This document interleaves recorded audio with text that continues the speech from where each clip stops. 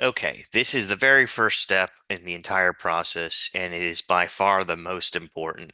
You are going to prompt ChatGPT with the context and a list of tasks that it needs to complete in order to create this database. I developed this prompt just using some of the terms that Jeff Sue used in his video. The Jeff Sue video you can find if you haven't watched it already. If you go back to Moodle and you go back to the introduction week, under weekly assignments, there's something called Master the Perfect ChatGPT Prompt Formula in just 8 minutes. That's the Jeff Sue video, and it tells you how to actually develop prompts for ChatGPT to get the results you want. In this, we're going to use the context and a list of tasks and an exemplar.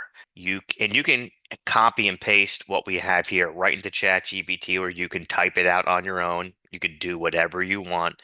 But I'm going to write, I am a student looking to build a simple database for class, design a database about, in this case, I'm going to use a pet store. The database should contain 4 tables. So this is a task, 4 tables. Please include the field names in each table. That's another task. Also include the primary and foreign keys. That's an important task.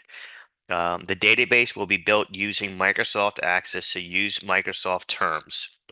A great database will have a junction table that adheres to the referential integrity rules. That is actually the exemplar. You're telling ChatGPT, this is what a great database looks like. It will have a junction table, and that junction table is where all the foreign keys are going to live.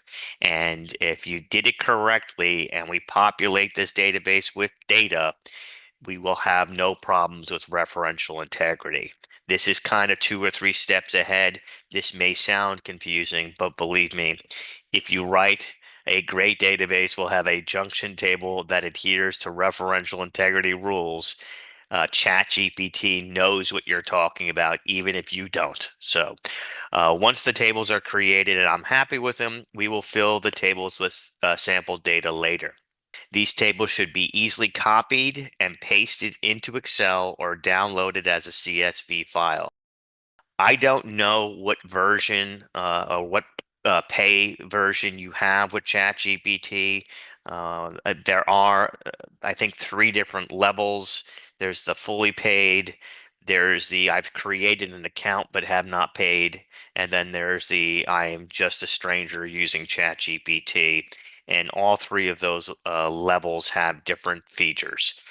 This project is designed that you can use the absolute lowest level, but you may not be able to download a file, but you would be able to copy and paste the data that ChatGPT spits out into a CSV file.